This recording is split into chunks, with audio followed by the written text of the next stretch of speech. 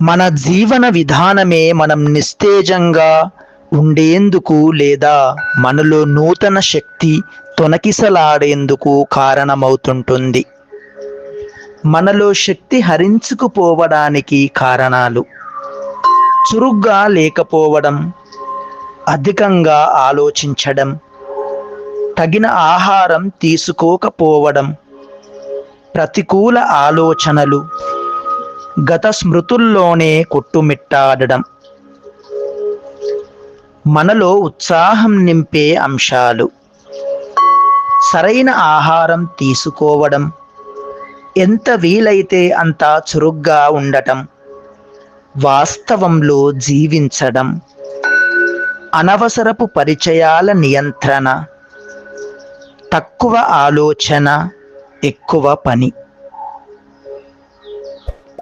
Survey జన సుఖినో భవంతు.